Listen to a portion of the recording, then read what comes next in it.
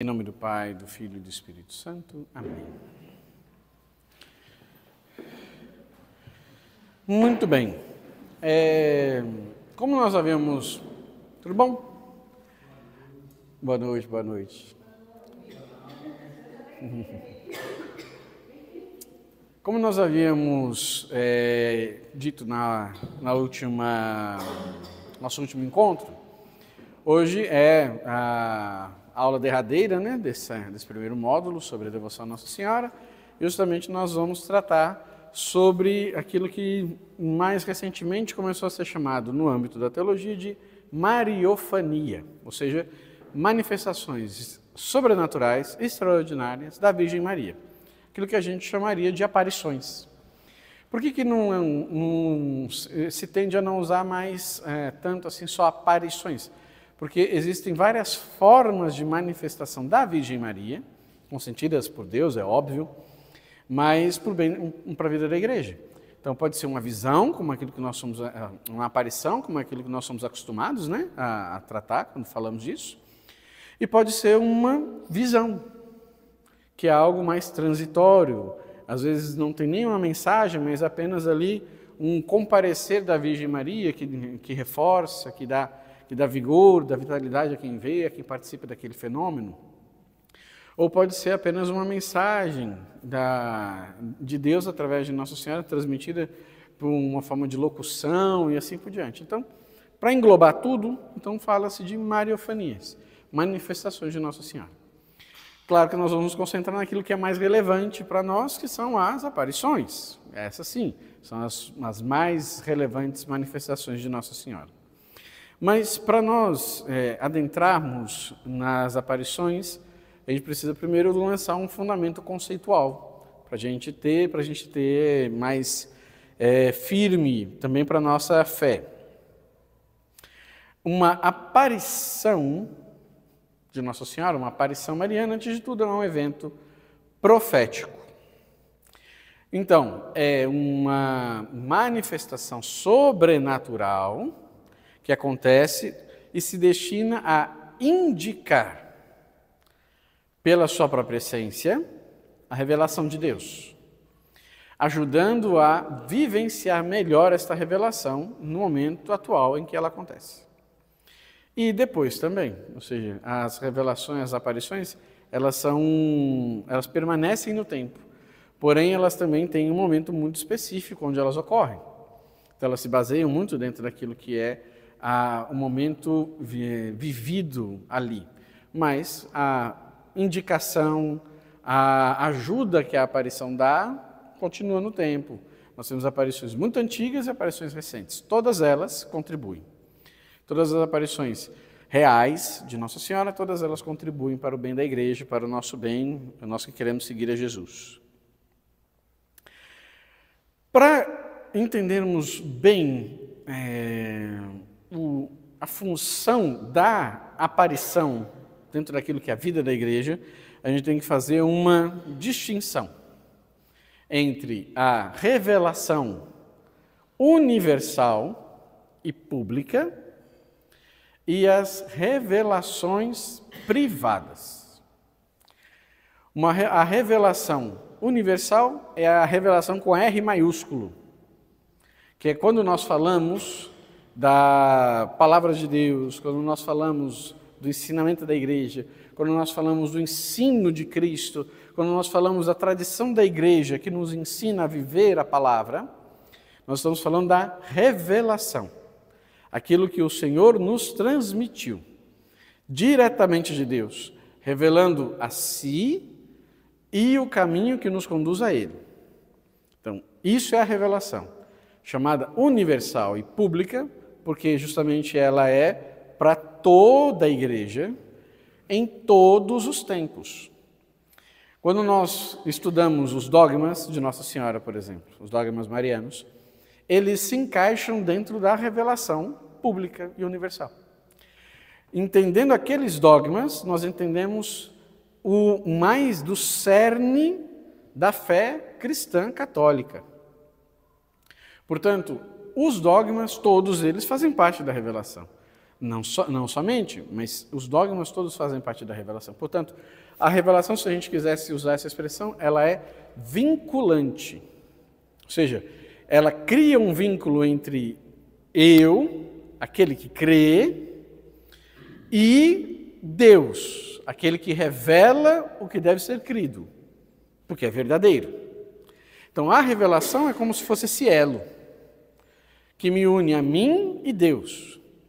Ele que revela, ele que mostra, ele que indica, e eu que creio. Mas eu creio não em um amontoado de ideias. Não é acreditar numa ideia ou numa ideologia ou numa filosofia. É crer, de fato, naquilo que é específico da fé. Aquilo que é da essência da fé em Deus. Isso é a revelação, R maiúsculo, revelação universal. E aí, na vida da igreja, também existem as chamadas revelações privadas. E aí, em revelação privada, aí entra um monte de coisa. Entre elas, também, há as aparições. Que não só de Nossa Senhora. A aparição do anjo Miguel, por exemplo. A aparição de São José. A aparição de Nossa Senhora, e assim por diante. A aparição do próprio Senhor Jesus. Todas essas são revelações privadas. É chamada assim justamente porque Deus permite que ela seja dada a uma pessoa ou a um pequeno grupo de pessoas especificamente. A revelação privada, ela não é vinculante. Justamente porque a revelação com R maiúsculo, a que vincula, já se encerrou. Então ela se encerra com a morte do último apóstolo, que é quem poderia dizer para nós algo de revelado divinamente. Então, por exemplo, quando o Papa define um dogma, ele não está recebendo uma revelação divina, que está vindo sobre ele, a cabeça dele, e ele entendeu, é isso mesmo, então vai. Como nós vimos quando falamos, por exemplo, do dogma da Imaculada, anos e anos de trabalho e consulta para poder chegar na definição do dogma. Quem definiu o dogma? O Papa. Mas o que é a definição que o Papa fez? Reconhecer algo que está na revelação. Só que a questão é, só ele pode fazer isso. Esse reconhecimento daquilo que está na revelação. O último apóstolo, João, tradicionalmente, né? O último apóstolo poderia a ele ser revelado algo que nos vincularia. Exemplo, o livro do Apocalipse. A ele poderia ser revelado algo, a ele poderia ser dado algo vinculante, pertencente à revelação. Mas depois dos apóstolos, há mais ninguém. Então a igreja reconhece a revelação, mas ela não cria, vamos dizer assim, a revelação mais. Ok. A revelação privada, portanto, são todas essas manifestações que Deus permite para nos ajudar a viver melhor, em cada tempo e fase da igreja, a revelação divina, a palavra de Deus, o caminho que nos leva a Cristo. Para dar um exemplo simples, até estávamos conversando mais cedo, um pouco antes da gente começar. As visões de Catarina Emmerich, por exemplo, que todo mundo conhece, né? Muito conhecida, muito famosa pelas visões sobre a vida de Jesus principalmente, né? Mas ela teve visões do Gênesis ao Apocalipse, né? Todas as visões de Catarina Emmerich são revelações privadas. Se referem à vida de Jesus, ok, mas são privadas. Quando a igreja canoniza alguém, quando a igreja beatifica alguém, a igreja está, primeiro, abalizando a vida daquela pessoa. É uma pessoa santa, é um modelo de vida cristã para nós seguirmos, e ela intercede diante de Deus por nós. Então, esse é o processo. Quando a igreja faz isso, quando se trata de um místico, a igreja também está dizendo ao mesmo tempo que tudo que foi escrito, tudo que essa pessoa viu e que ela relatou, não se encontra nada ali que seja contrário à fé. Nada está ali que contradiga a fé católica. Mas a igreja, em forma alguma, diz que é daquele jeito que aquele santo falou. Porque isso não compete à igreja. A igreja não vai dizer isso. A igreja vai dizer que não contradiz. Se contradiz, nem canonizado será. Mas, de forma alguma, a igreja está abalizando todas as visões. Se nós olharmos efetivamente a história, muitas dimensões da história, nós vamos observar que existem nos próprios místicos, vamos dizer assim, não é entre aspas, porque é a realidade, nos próprios místicos várias contradições. De um místico falar que aconteceu desse jeito, porque ele viu que foi desse jeito, e o outro diz que foi desse jeito. E aí, então qual dos dois está certo? Não sei. Mas quem que vai dizer qual dos dois está certo? Ninguém. Ninguém. O único que vai nos dizer qual dos dois realmente estava certo, ou se nenhum dos dois acertou, é nosso Senhor no céu. Quando chegarmos lá, a gente leva e fala, então, é esse ou é esse aqui? Mas até lá, ninguém vai fazer isso. Porque não compete à igreja isso. São várias... O principal motivo é bem simples, na verdade. É muito difícil que o místico consiga eliminar 100% a sua humanidade na visão. Então é muito difícil que ele elimine a sua imaginação absolutamente, sua sensibilidade, seus conceitos. A minha espiritualidade desde sempre foi a espiritualidade da renovação carismática. Quando a gente aprendia no grupo de oração, na formação do grupo de oração, sobre revelação, por exemplo, uma revelação que Deus pode dar. A gente sempre aprendia o seguinte, Deus, quando Ele vai mostrar algo, Ele vai revelar algo, Ele vai dar uma visão, uma visualização para alguém, Ele não vai inventar, trazer um negócio que o sujeito nunca viu na vida. Ele vai mostrar de acordo com aquilo que a pessoa tem guardado. E aí Deus vai moldar a visualização a partir daquilo que a pessoa tem. E é a mesma coisa, numa visão. É impossível eliminar, excluir absolutamente a própria imaginação do vidente. E isso não descaracteriza o mérito da visão, porque não é os mínimos detalhes que importam, é a mensagem o que mais importa. É o que está ali dentro. O próprio livro do Apocalipse. O que mais importa não são os detalhezinhos. Não, então, quem que é a besta? A besta é fulano, ciclano, beltrano. Em todas as épocas da história da igreja, sempre apareceram várias bestas. Todo mundo falava, fulano é a besta, fulano é a besta. Na época da Segunda Guerra Mundial, os cristãos pelo mundo afora tinham certeza que Hitler era o anticristo. Mas porque também, né, o cara assim, se empenhou. Parecia mesmo. Qualquer um olhava assim e falava, não é possível que esse homem aí não seja endemoniado, não. Pois é. Então, só que não é isso que a gente precisa procurar primeiro. A gente primeiro precisa entender a mensagem que Deus está transmitindo. Então, muito bem. Entendido o que é revelação pública, universal, e que ela é vinculante, e a revelação privada, que não é vinculante, é importante também lembrar uma coisa. Não é possível, não pode um cristão católico, consciente, rejeitar uma visão aprovada pela igreja. Aí é o ponto. Me vincula a dar o consenso da fé a uma visão particular, uma revelação privada? Não me vincula. Ou seja, eu não preciso crer. Nós não vamos falar de Fátima porque vale muito mais a pena fazer uma formação só sobre ela, porque é muito extensa a aparição de Fátima. Mas Fátima, dentro das aparições de Fátima, aquilo que depois foi chamado pelos estudiosos de Fátima II, que é quando Lúcia tem, depois dela já jovenzinha, mocinha, ela vai para o convento. E no convento ela tem algumas outras visões, aparições de Nossa Senhora. E aí lá que vai surgir a devoção do primeiro sábado. O primeiro sábado não está em Fátima I, nas aparições até outubro. Aparece depois. E aí, beleza. Aí eu olho para aquilo e falo, bom, mas eu não tenho essa espiritualidade de rezar no primeiro sábado, não. Acho bonito quem reza e tudo, mas não sei, não quero. Não quero.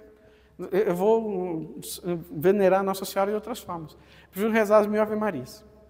Vai, tá bom? Tá ótimo. Isso é livre, não é vinculante. O que eu não posso fazer? Eu não acredito em Fátima. Para mim é uma bobice encavalada, eu não acredito, eu não sou obrigado a acreditar.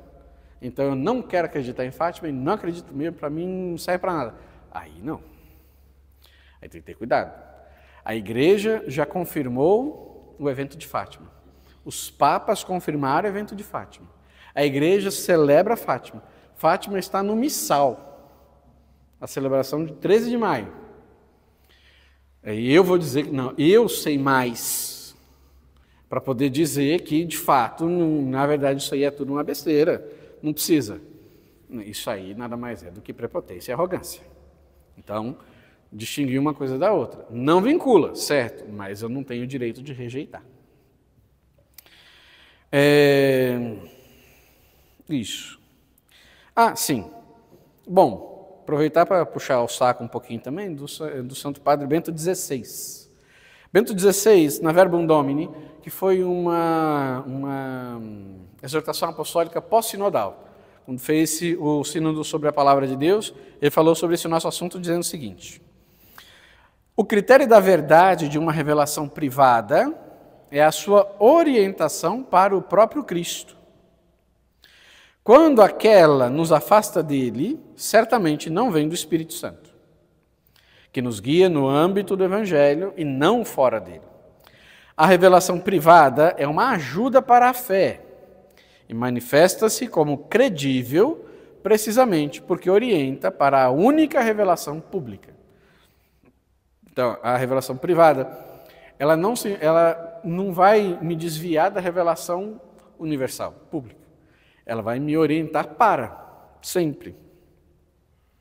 Por isso, a aprovação eclesiástica de uma revelação privada indica essencialmente que a respectiva mensagem não contém nada que contradiga a fé e os bons costumes. É lícito torná-la pública e os fiéis são autorizados a prestar-lhe, de forma prudente, a sua adesão. É isso. Significa que quando a igreja aprova, a igreja não está falando, ó, tudo isso aí é isso aí mesmo. O que está dizendo ali é que não tem nada que contradiga a fé. Não está dizendo, ó, você precisa, que infelizmente isso acontece mais no meio do povo. Aí a pessoa fala, não, mas tem a novena da Nossa Senhora, não sei do que o vidente está vendo e foi, não sei o quê. Pô, tá bom, mas não é muito a minha. Eu prefiro Fátima, eu prefiro Lourdes, assim, você pode rezar, não tem problema. Não, mas então você não está entendendo. É porque o mundo vai acabar, aí começa um negócio. Cuidado. Uma revelação privada pode introduzir novas acentuações, fazer surgir novas formas de piedade ou aprofundar as antigas. Pode revestir-se de um certo caráter profético, melhor a ser uma válida ajuda para compreender e viver melhor o Evangelho no tempo atual. Por isso, não se deve desprezá-la. É uma ajuda que é oferecida, mas da qual não é obrigatório fazer uso. Oferece-se uma ajuda da parte de Deus para podermos viver melhor o Evangelho, mas não somos obrigados a fazer uso dela. Em todo caso, deve tratar-se de um alimento para a fé, a esperança e a caridade, que são um caminho permanente da salvação para todos. Aqui Bento XVI, cirúrgico como sempre, destrincha para nós o que significa a revelação privada. Basta entendermos isso e a gente tem a receita. E aí, interessante para nós, apenas passar brevemente, pelos critérios de discernimento. A igreja tem seus critérios de discernimento para entender se uma revelação privada é verdadeira, autêntica ou não. Essas normas foram enviadas para os bispos no mundo inteiro em 1978. Já faz um bocado de tempo, né? Foi enviado para os bispos e depois, em 2012, foram publicadas, para que todo mundo conhecesse. Até então era um documento sigiloso que os bispos guardavam para si. Depois, a partir de 2012, foi publicado, então todos têm acesso. São as chamadas normas para proceder no discernimento de presumidos fenômenos sobrenaturais. E aí, o documento, ele não é extenso, mas ele é muito completo, então ele vai explicando tudo. O que mais nos interessa aqui? Os dois tipos de critérios. Critérios positivos e critérios negativos. Os positivos primeiro. Primeiro, certeza do fato através de uma séria investigação. Então, buscar ter certeza do ocorrido, através de uma investigação séria sobre aquilo que aconteceu. Então, quem que é o responsável? Vou abrir um parênteses aqui, né? Talvez não tenha ficado claro. Quem aprova ou desaprova uma revelação privada? O bispo diocesano. Não é a Santa Sé. Quem aprova ou desaprova é o bispo diocesano. Então, sempre nós temos que olhar o que o bispo daquela diocese diz. Então, é lá onde acontece esse negócio, o que o bispo fala. Então, se não houver nenhuma palavra do bispo, está em aberto. Mas, se há uma palavra do bispo, o ideal, o certo é que nós a acatemos. Depois, as qualidades pessoais do vidente ou dos videntes, se forem mais de um. Qualidades como honestidade, obediência, facilidade de retornar à vida cotidiana. Então, brevemente aqui. Então, a honestidade. É muito claro, muito cristalino tudo aquilo que a aparição faz. Tudo que a aparição faz, fala, diz, indica, o vidente transmite com muita serenidade, com muita clareza. Não tem subterfúgios, não tem desvios, isso é mais ou menos. É ou não é, e a aparição é aquilo ali, a visão é aquilo ali, tem que ser muito claro, muito honesto na hora de transmitir. Obediência. Obediência à autoridade. Então, não é obediência, a minha obediência, a minha consciência. Não. A obediência aqui se trata de obediência à autoridade eclesiástica. Primeiramente, o bispo.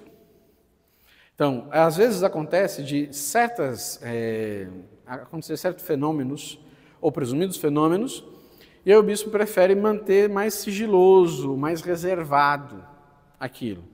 É importante que o vidente esteja disposto a obedecer isso. Se o vidente não está disposto a obedecer a autoridade do bispo, isso é um péssimo testemunho em relação àquilo que ele é capaz. Agora eu me esqueci quem foi que disse, mas um santo muito sábio, talvez vocês vão lembrar aqui agora.